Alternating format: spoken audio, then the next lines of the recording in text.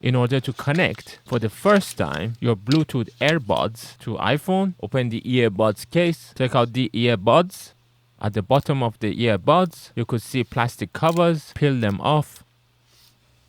Now go to your iPhone, swap down from the top right corner of the screen to get to your control center, and then tap on the Bluetooth icon, and then again select Bluetooth, and then tap on Bluetooth settings. Swap down until you see other devices. It will try to find, but it won't. The trick is to put back your earbuds back to the earbud case, close the case, and then on your iPhone, turn off the Bluetooth, wait a few seconds, and then open the earbud case and take out the earbuds.